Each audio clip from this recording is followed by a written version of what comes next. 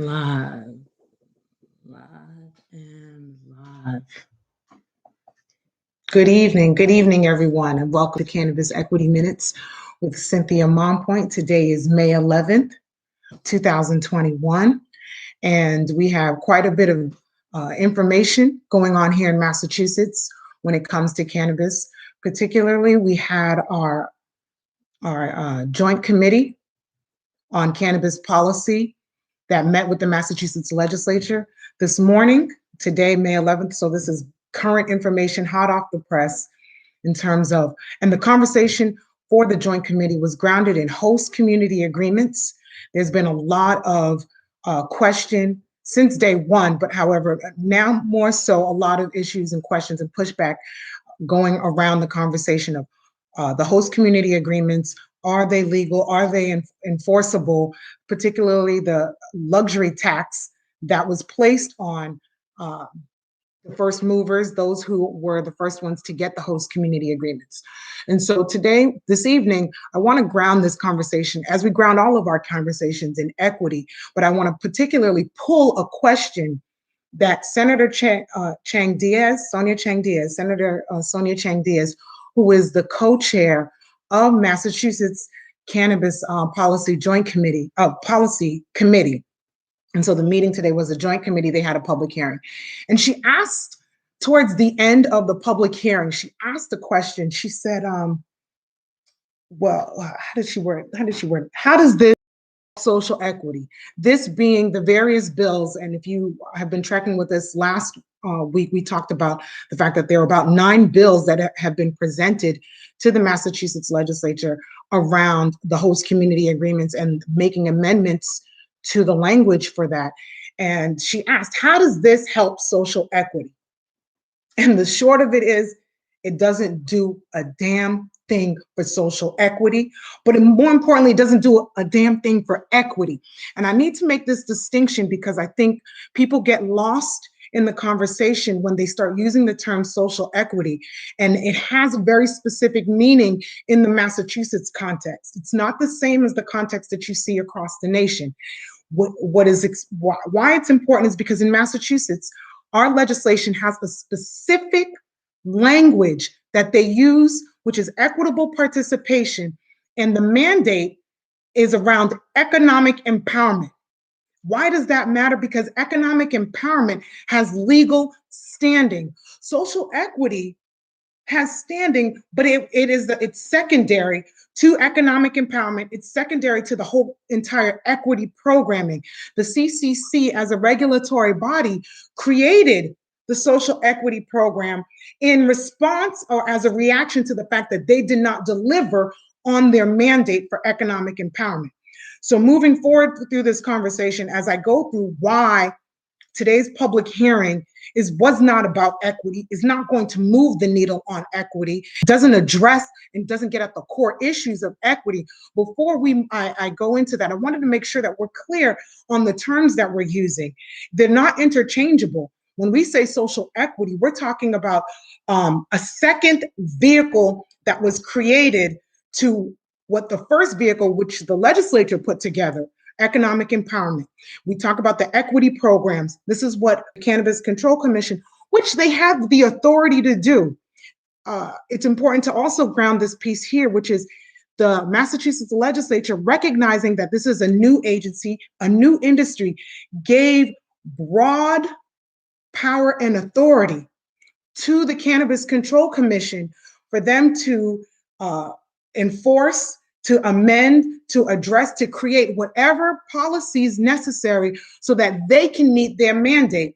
And the reason why I bring this point up is because it goes to one of the comments that was made today, which is, why are we having this conversation for the need to give the CCC authority over the host community agreements? They already had it.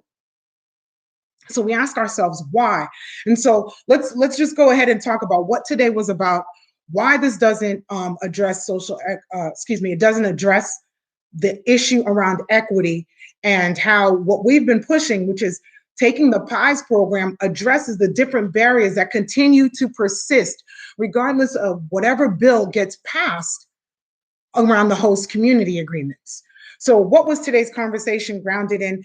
It was grounded in the Cannabis Control Commission failing to take onus on their responsibility to regulate this industry. Not only that, they hid behind a non-existing a non-existing barrier that they said. They said they didn't have the authority to review host community agreements. That's what they said. But what happened was they allowed multi-state operators, and this came up in the public hearing, multi-state operators, those with well-endowed pockets, to come in, pay for a priority status that did not exist, and then take advantage, take control by taking control of host community agreements. Let me take a step back if this is your first time joining us. Host community agreements are contracts that are necessary between any cannabis operator and the local municipality.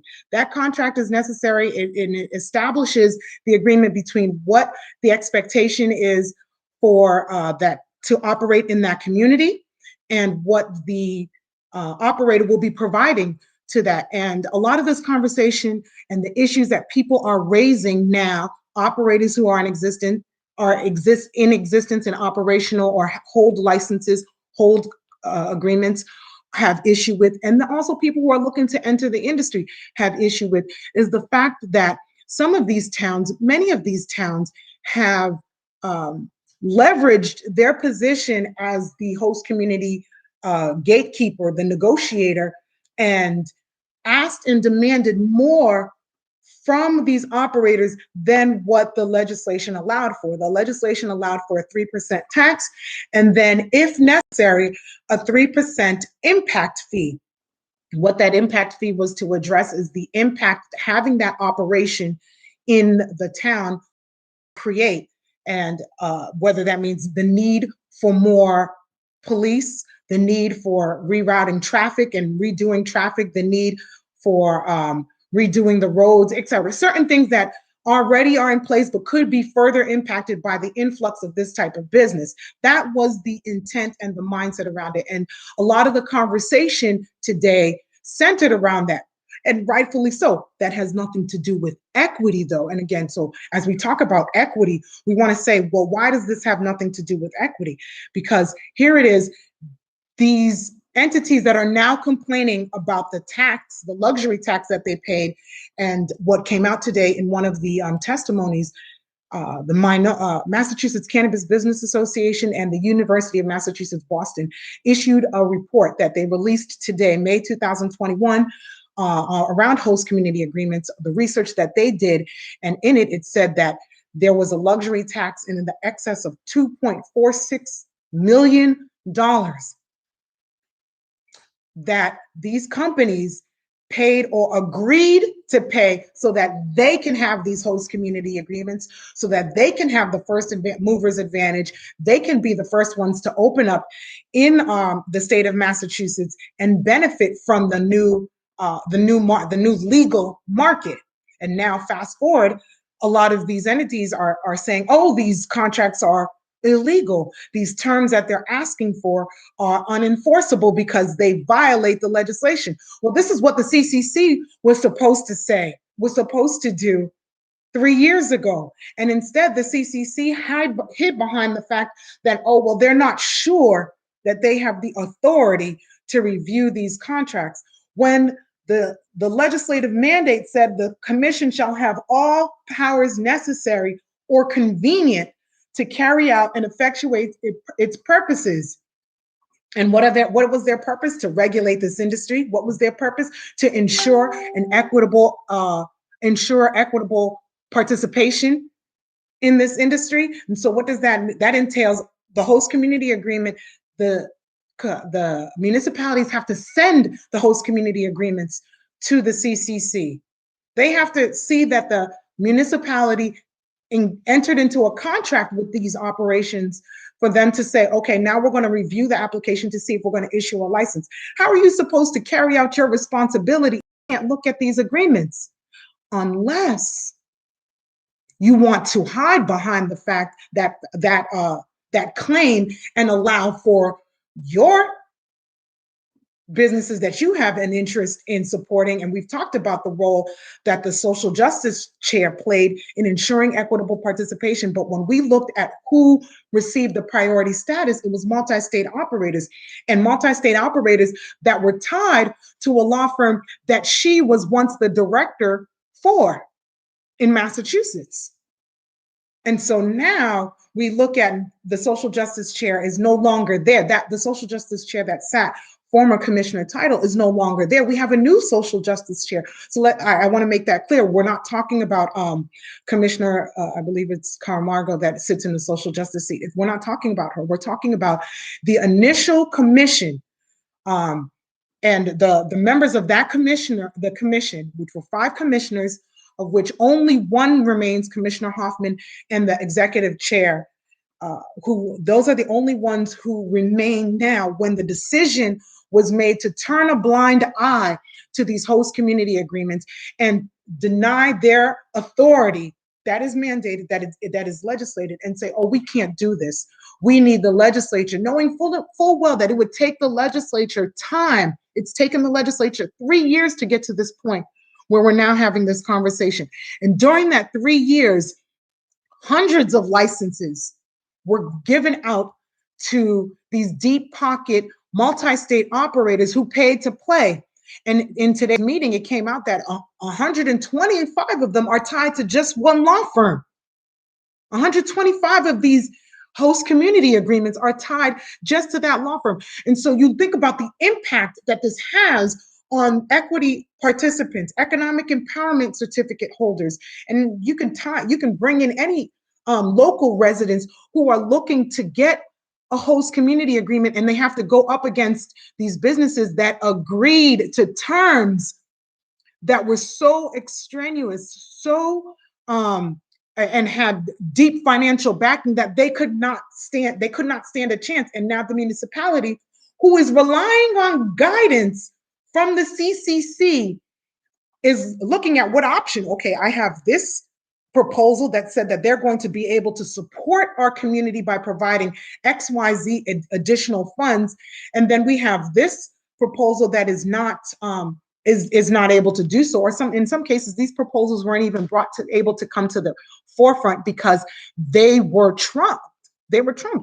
These multi-state operators took control of the properties, and they took control of the meetings and the first movers advantage within the local communities. So now we have these businesses, these are the same businesses now saying that these terms are unfair. And the question becomes, what do any of these bills have to do with that when it comes to equity? Because that language was used. In fact, folks, one of the bills actually has equitable participation terms in it. I believe it's Senate Bill 68. It actually has that in the title, so you can confirm what I'm saying, equitable host community agreements. And then in one of the terms, it talks about having a requirement that the local municipalities are also beholden to the state mandate for equitable participation.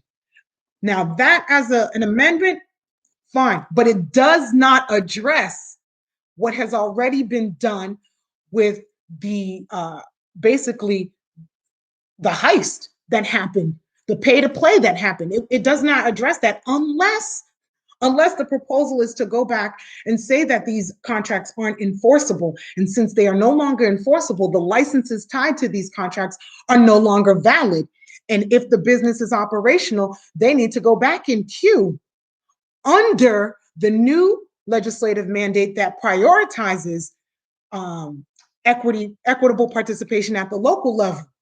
Now, no one is saying that, but that's how that's one way to get at equity. And who wants to shut down businesses that are already operational? That would create a huge windfall and a legal storm that could have been circumvented had the Cannabis Control Commission simply done their job, simply took heed to their oath of office, which is to regulate this industry and ensure equitable participation.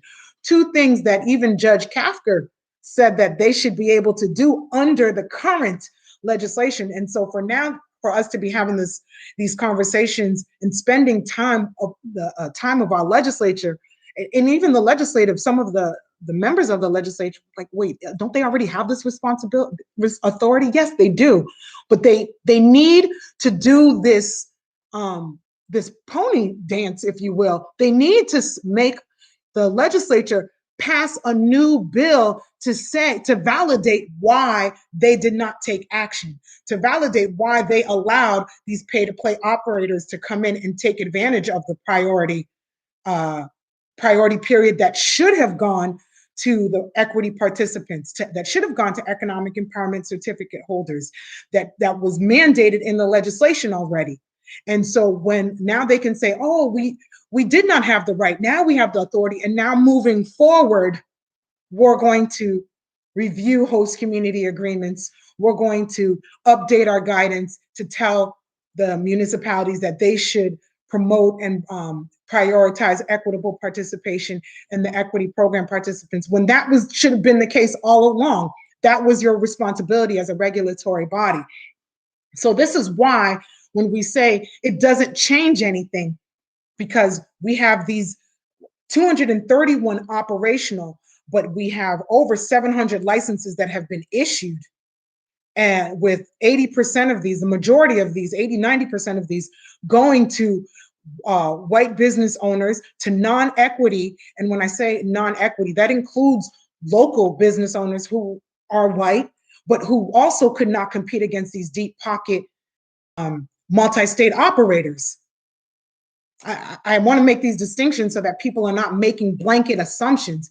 Yes, the war on drugs, we've talked about this, was targeted against Black and brown folks. And so, yes, when we say we want to see equity, we want to see that same type of target. But those who were harmed by the war on drugs is going to benefit all folks, all people who have been harmed by the war on drugs. It doesn't matter whether you are white, Black, brown, red, yellow, it does not matter.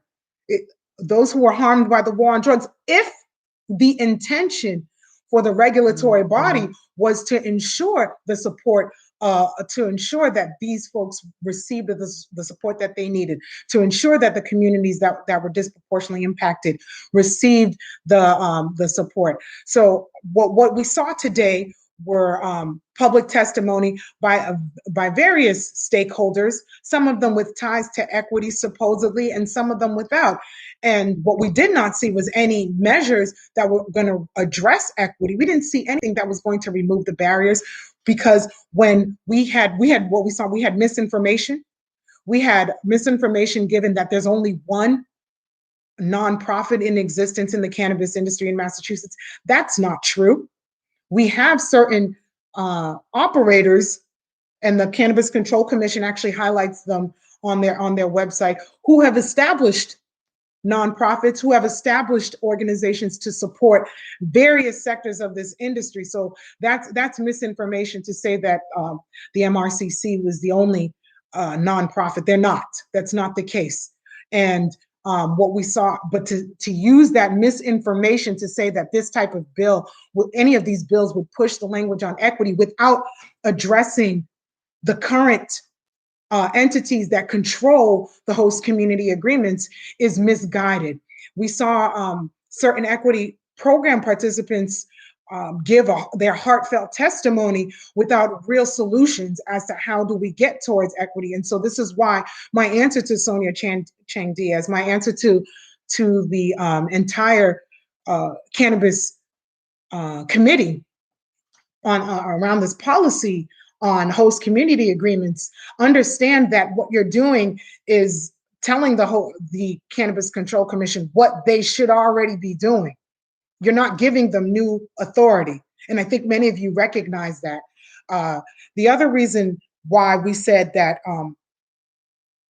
this is not moving the needle on equity is because what we saw today is we saw at least 6 people bring up equity. 6 people bring up the war on drugs, the communities harmed the most by this. And we consistently see this rallying around how those who have been harmed the most by the war on drugs need to have legislation and need to have policies in place that are going to support them. But then we see the policies that are being weighed, and when you look at the long-term impact, they're not going to move it's not going to move the needle on equity.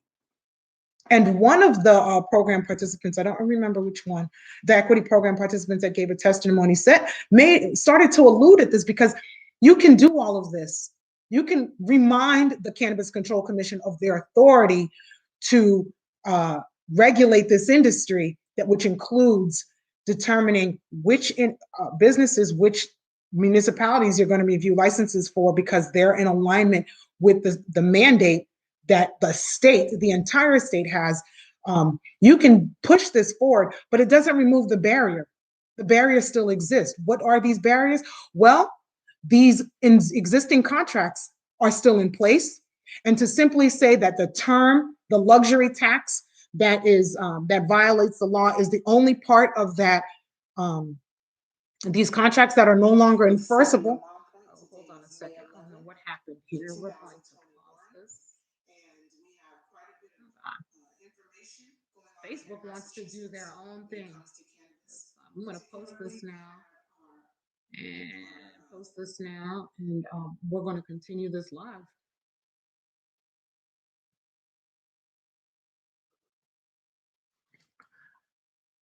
Let's go ahead and start the live video.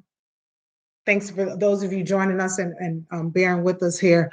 Facebook doesn't want this information out, I guess, some of these key players.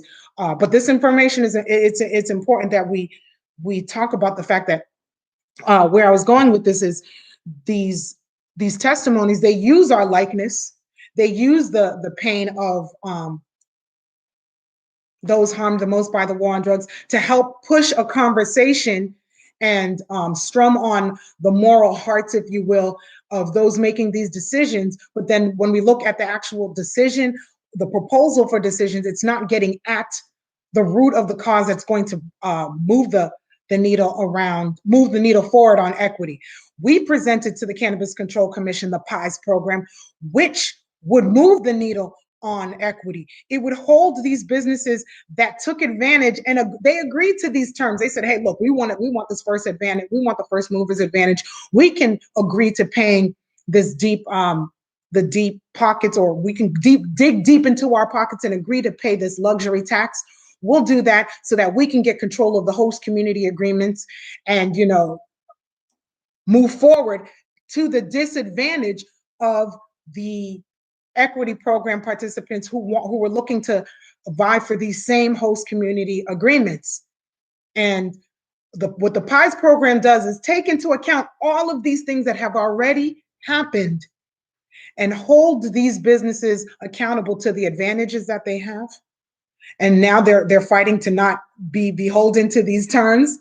So regardless if they do or not, they can still be held accountable for supporting and ensuring equitable participation by the way the PIES program is structured to support economic empowerment certificate holders to enter into this industry with 100% ownership of their business, being able to erect 100% ownership of their business.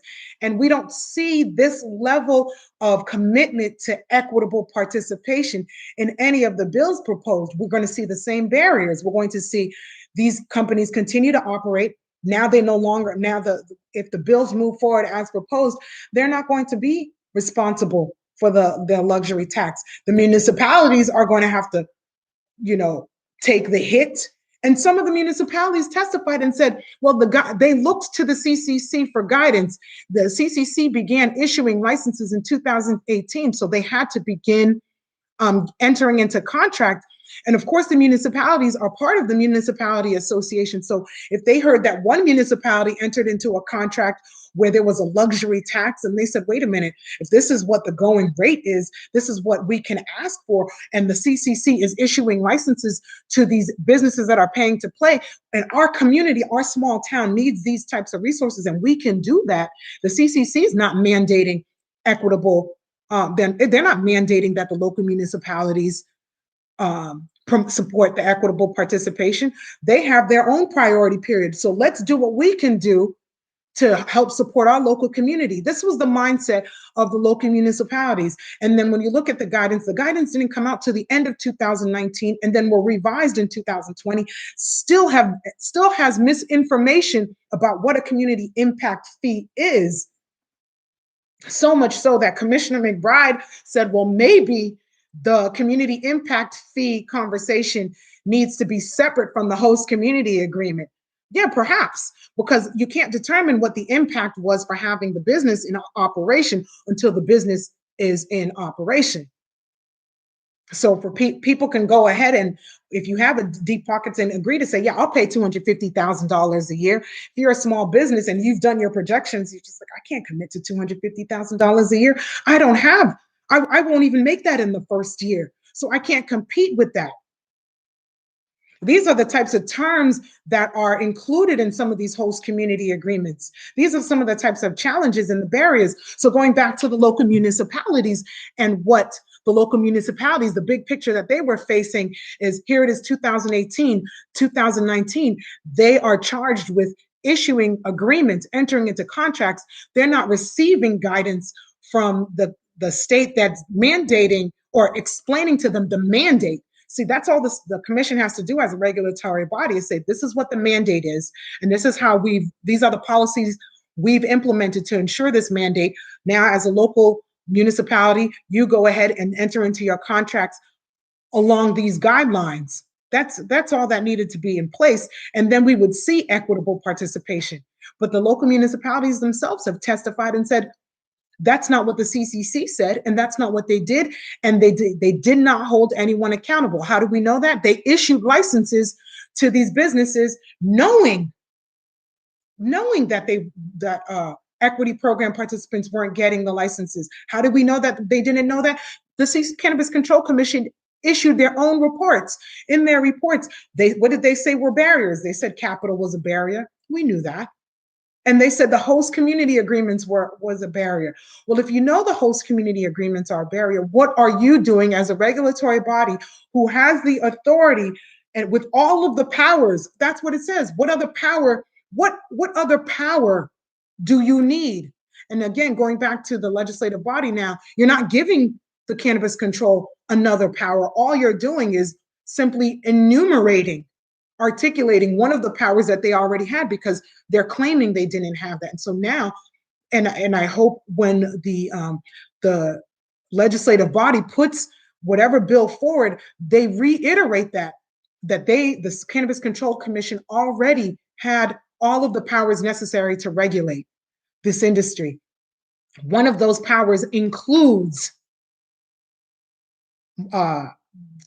holding the host community agreements accountable to making sure that they aligned with the state mandate. And if you recall, it was the social justice chair who was the former social justice chair who was one of the people that said it creates a challenge for the commission because they can't review the host community agreement. With the presumption was that they can't review the host community agreement. That was the prevailing presumption that was being, and the message and the narrative that was being pushed forward, when it was false. That was a false narrative. It goes against what the legislation says, since what the legislation has been in place since promulgated in 2017. And so why does all of this matter? Because we can't continue to allow the Cannabis Control Commission to abandon their oath of office, to raise false narratives as reasons why they aren't championing bold measures to regulate this industry. And what is a bold measure? Well, the positive impact plan, we can't even say that it's bold because it already aligns, the PIES program. The PIES program already aligns with the positive impact plan, which was a regulatory decision that the Cannabis Control Commission put in place. The PIES program aligns with the state mandate. The PIES program actually is a very structured system for holding businesses accountable. How are you going to say you're going to hold a business accountable, but you don't have a structure to it? The PIES program provides a structure to that. So when you look at the Cannabis Control Commission, who has to renew these these licenses every year, and they have these positive impact plans, and now they're going to have the authority to review the host community agreements. Let me phrase that correctly. Now they're going to have the enumerated authority, presumably with the legislative passing of one of these bills or a version of these bills based on today's hearing moving forward. What are you going to measure it against? How are you going to hold a multi-state operator who committed to paying in excess of $2 million in luxury taxes and supporting local communities, positively impacting communities, and now we're saying that they don't have to do that because it violates the law? How are you going to hold them accountable to their weight, if you will, carrying their weight in terms of how they are benefiting from our industry, but not impacting? Are you going to allow a multi-state operator with over 100,000 square feet, because that's the max, a canopy of cultivation with 3 product manufacturing facilities or major facilities? And even if they have one major product manufacturing, they have vertical integration, they have 3 retail operations, potentially have MTC, the Medical Treatment Center. So they have a strong foothold in our market, in this industry in Massachusetts. And then they are contributing to positively impacting the community by simply saying they're going to hire diverse people for their staff. Well, first of all, that's a diversity plan. That's one. And secondly, they need to hire people. They need to hire people. So what are they doing to positively impact the community? How are they doing this? The PIES program accounts for this. And unless we see this type of language in any of the bills, we're going to be facing the same barriers, because when an equity program goes up to a municipality, now those who were willing to pay the luxury tax, they're already operational.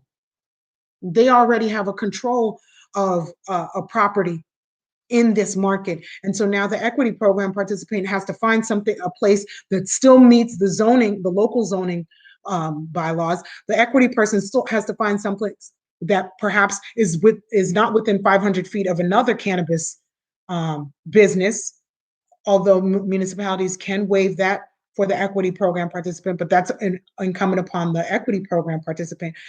These are their barriers. They still have the barrier of trying to find a property and then having to deal with the local prejudices that already exist. The PIES program accounts for this. Why? Because it puts the onus on the businesses that are operational, the businesses that have already demonstrated the ability to navigate the various gauntlets, the various requirements for securing a host community agreement and then obtaining a license. They've already demonstrated the ability to do so. And so that means these businesses are in position to support another business, an equity program participant, to turn around and be able to do so as well. They don't need to have equity in these businesses. That's where now this operational business can say, hey, this is our positive impact. This is how we're supporting the equitable participation mandate. This is how they meet their requirements for renewal.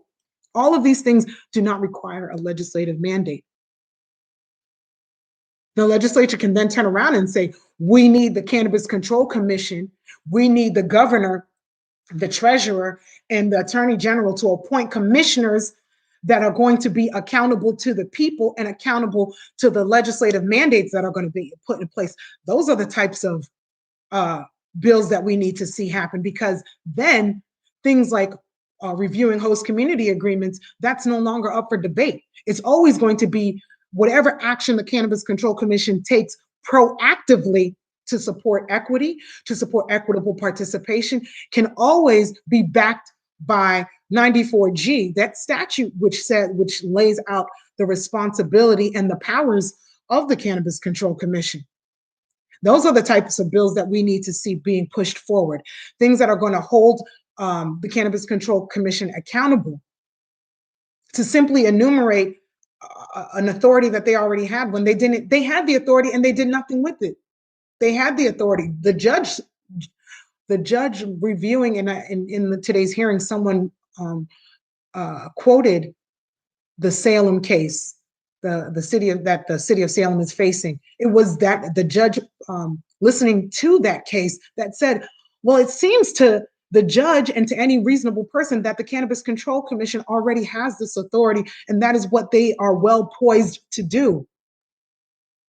And so until we see this, why are we talking about providing the Cannabis Control Commission with additional authority? We need to hold them accountable. And on this note of accountability, the Cannabis Control Commission we talked about the fact that they put forth an updated website.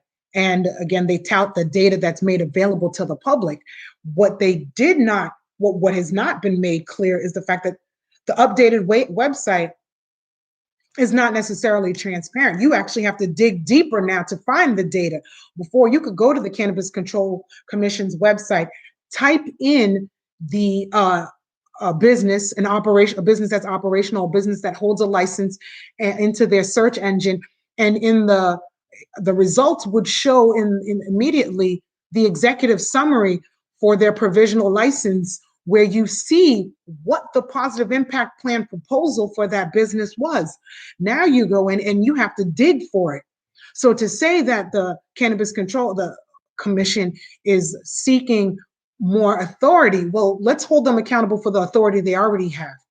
They need to be accountable to the people. And when we say accountable to the people, we're not saying that they look good.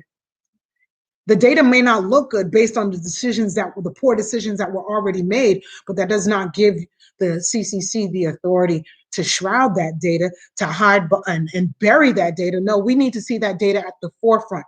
Similarly to the data around who are these social equity program participants. Now that you've created a new program, who are these program participants? What are the demographics? How many of them are those who have been harmed by the war on drugs, indicated by arrest records tied to cannabis? How many of them are Black and brown participants who have experienced the war on the stigma, the backlash from prohibition, the targeted attacks on the Black and brown communities? How many of them come from disproportionately impacted communities? Which disproportionately impacted communities? Are we talking about disproportionately impacted communities that are disproportionate because of their population, having high numbers of Black and brown people? Or is it because they're disproportionately impacted because they have a high population of white residents? But when they looked at the data around arrest records, there was a significant number of Black and brown folks who were arrested in these communities. They may not live there, but they were arrested there. So that constituted a disproportionately impacted community. We need to see that level of transparency. We need to see that level of accountability, because when we see that level of accountability, this is the data that's being measured. This is the data that's being held accountable for. Guess what's going to happen? People in powers of decision-making positions, which are the local municipalities, people who are the business owners, they're going to take action because they know that this is what they're being held accountable for. But so long as the data is shrouded, so long as they're not being held for true equitable measures, so long as they're not being held for accountable for their weight in a structured manner in terms of positively impacting the communities, and it's a free-for-all, we're going to continue to see these businesses find loopholes and ways to circumvent their responsibility to positively impact the communities. And we see who's benefiting. It's the same companies that we've said have tied to the very businesses and key figures that wrote on the legislation. Look at even the equity program folks who spoke today that have ties to the that wrote on the legislation.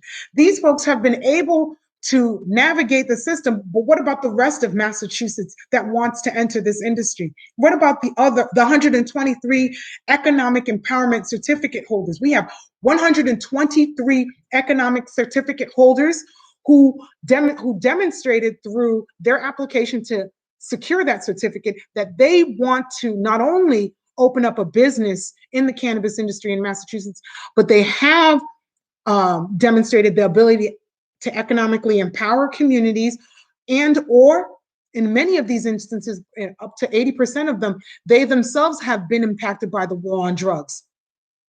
So they've demonstrated this criteria, and we have 123 of these, and 4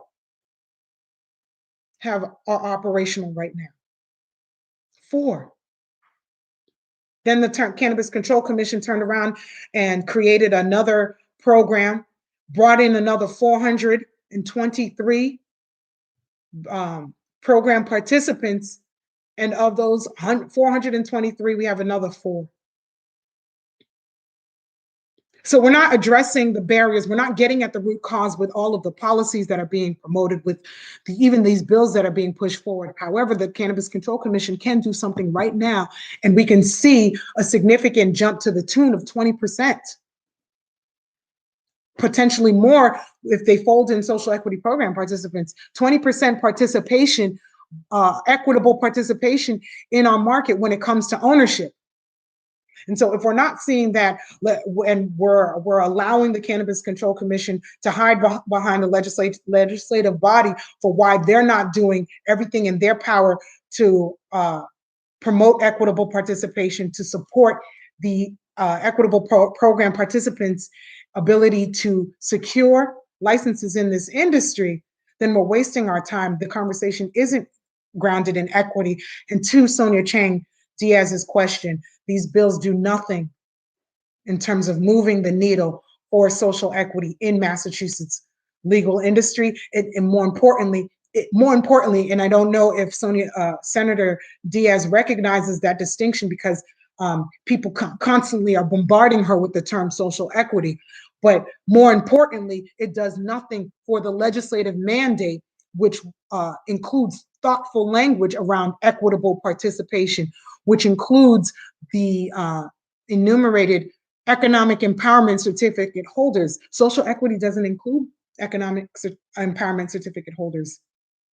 And so the state can push social equity program participants forward and never address the economic empowerment certificate holders who have legal standing in our legislation. And that's dangerous, because social equity program participants include people who are looking for jobs, who are looking for re-entry, and supports need to be in place for that. But if we want to see equitable participation, we want to see equity in terms of ownership in this industry, we need to look at the economic empowerment certificate holders who have committed to doing that. And we need to look at what bills are supporting that. And if the bill isn't supporting that, if the bill doesn't have language that supports that, then we're not going to see any movement for equity in the cannabis industry in Massachusetts. And so that is our wrap up for this evening for Cannabis Equity Minutes. For those of you who want to reach out to your senator, you can. The public hearing window is up until May 25th. You can submit public testimony, you can submit written testimony, you can write directly to your senator and just identify the Cannabis Joint Policy Committee on Host Community Agreements. You can talk about the PIES program and say, we need to see the Cannabis Control Commission be held accountable for their responsibility around equitable participation. And we need to see the governor, the attorney general, and the treasurer who appoints the commissioners. We need to see, and the commissioners are the one that select the executive director, we need to see them hold the commissioners accountable for their oath of office. They appointed them, so it's incumbent upon us as a state to hold them accountable, to say, hey, look, you need to do your job around equitable participation. The legislative body did their job. They gave you all the power that you need. You have a specific and a mandated population that you need to work with. You need to make sure that the policies that you are pushing forward and how you are regulating this industry prioritizes that. Whatever needs to happen, that needs to happen. And the fear of a potential lawsuit cannot be the mode of operation, because they did not fear a potential lawsuit when they violated the law and issued licenses to these multi-state operators who simply paid for a medical license and then turned around and secured property in other locations to open up and enter into the recreational space. That violated our law, our legal mandates. That violated the law in place, and they had no fear around that, so they cannot exercise. They cannot state any fear when it comes to equitable participation. They have legal standing to back that. So with that, we're going to wrap up this evening's Cannabis Equity Minutes. Continue to track with us. We're going to dig in a little bit more on these positive impact plans, and we're going to continue the conversation on the host community agreements moving forward. The Cannabis Control Commission does have a meeting this Friday. So for this Friday's Cannabis Equity Minutes with Cynthia Mompoint, we'll be chiming in and reflecting on how did they center the conversation on equity, because the bills that were discussed today did not center the conversation on equity. We did not see measures pushed forward that were going to result in outcomes that would move the needle on equity. Have a good evening. Thank you all, and see you on Friday. We are ending our lives.